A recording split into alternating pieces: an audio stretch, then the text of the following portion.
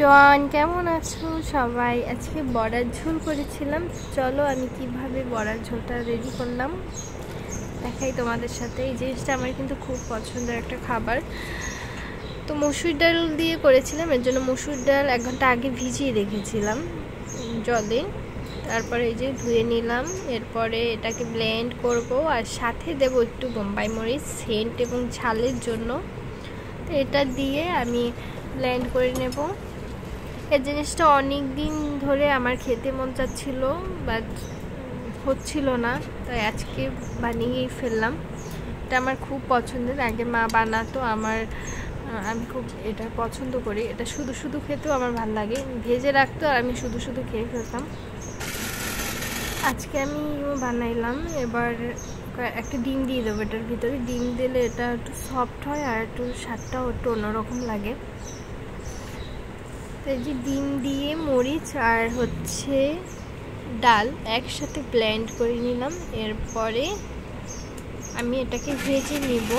একটু পেঁয়াজ কুচি করে নিলাম। এবারে পেঁয়াজ কুচি করে এই যে বড়ার যে ডালের যে মিক্সটা করেছি ওটা, আর লবণ হলুদ মরিচ একটু দিলাম সামান্য পরিমাণে, দিয়ে এটাকে ভালোভাবে মিক্স করে নিলাম। এবার ফ্রাই প্যানে তেল গরম করে একে একে ভেজে নেব।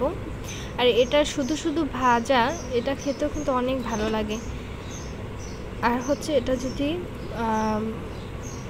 জল দেওয়া ভাতের সাথে ভাজাটা খাওয়া যায় তাহলে তো কোনো কথাই নেই। আমার ওই খাবারটা ভীষণ পছন্দের, জল দেওয়া ভাতের সাথে এরকম ডালের বড়া। তো অনেকগুলোই ডালের বড়া হয়েছিল, আর আমি একটু লাল লাল করে বেশি কড়া করে ভেজে নিচ্ছি, যেহেতু ঝোল রান্না করব এর জন্য। আর এটা ঝোল রান্না করেছি, আর বড়ার ঝোলে যতই ঝোল দেওয়া হয় না কেন ঝোল টেনে যায়, বড়ার টেনে নিয়ে যায়। আমি অনেক ঝোল দিয়েছিলাম কিন্তু আমারটা টেনে একদম শুকিয়ে গেছে।